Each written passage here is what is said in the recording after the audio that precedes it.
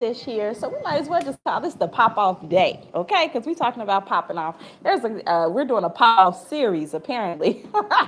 So let's talk about what's actually behind the pop off, right? First off, let's define pop off. Now, the pop off is really your response, your that reflex reaction that you have to whatever situation is occurring right now in this moment, okay? It's the pop off, right? It may be an external pop off. Some of us go off, right?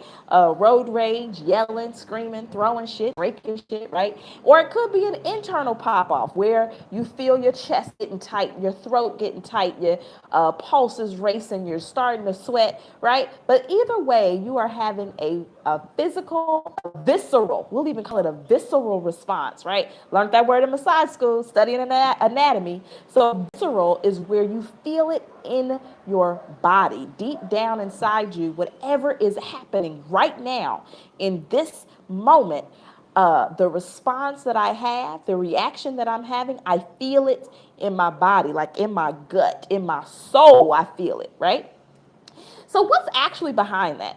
Usually, it is trauma, y'all. Trauma. Now, trauma, let me define it to you the way it was first defined to me. Trauma is whatever occurs, is when something occurs that is different than what we expected.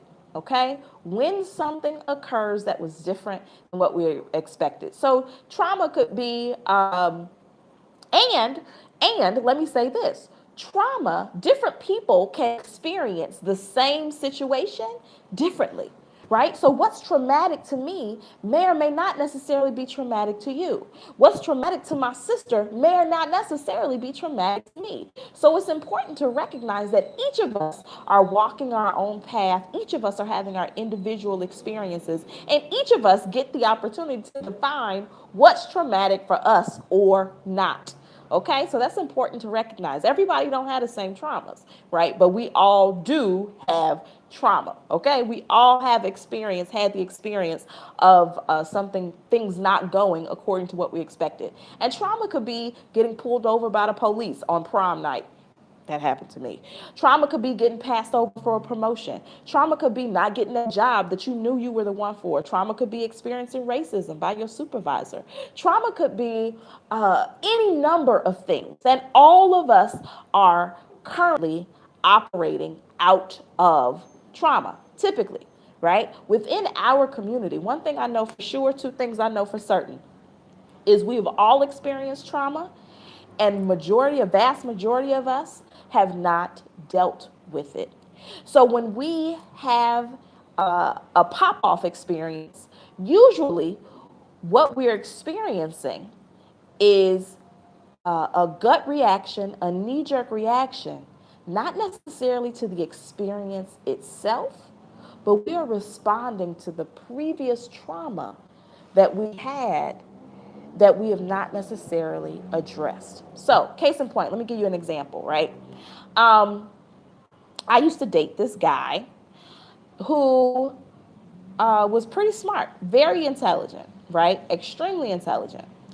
And what I began to notice is every time this guy would say something to me that had to do with an area where I felt I needed to improve or where I felt I was slacking, I would automatically feel myself freezing. I would feel myself actually responding, having a traumatic response, right? And the trauma responses are freeze, fight, like that fight, flight, or freeze, right? So when we have a traumatic experience, that's usually one of the three ways that we respond. We either fighting, we running, or we freezing, okay? And so what I would find myself doing in that moment is I would freeze. That was my trauma response, right? And I would begin having thoughts in my head, no longer hearing what it was that he was saying, but now rehearsing what I had in my mind in terms of uh, what I'd what I felt about what he said, right? I would start talking to myself in my head about how I was feeling about what he said. This motherfucker don't know what the fuck he talking about. He always da da da da. So no matter what else he was saying after the fact, he's commenting on some area that I felt I needed to improve, I would immediately start responding. Now, it took me some time, right? It took me a few months, and actually it took us parting ways for me to recognize that my experience with him, the way that I was relating to him, was actually me responding to my father, right? In my youth, in my childhood, my father would say certain things to me, and I would talk to myself about what my father said. My father would say things like, "Oh, you're not old enough for privacy," and I would think, I would write poems about, "Oh, this motherfucker, da da da da da." 14, I would write these poems about how this motherfucker don't know what he's talking about. He's stupid, da da da da da, like going on and on and on, right? And it took some time for me to realize that for me, responding to a man who I felt I had placed in like a position of authority, who I felt was higher or higher, we'll say higher than me in some ways, right? Better than me, more established than me. What I realized is I was literally relating to him the way that I had related to my father.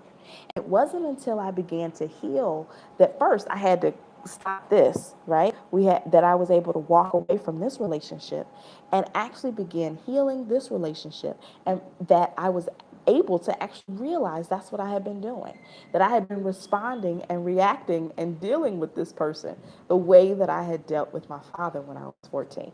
Now, the really cool thing is most of us have either been on the receiving or the giving end of the pop off, right? We've actually seen somebody pop off and where it appeared that, damn, they are really overreacting, right? Or we've been on the flip side and we may not necessarily acknowledge it as overreacting, right? We may really consciously think that we are reacting appropriately. Well, here is what you want to do, right?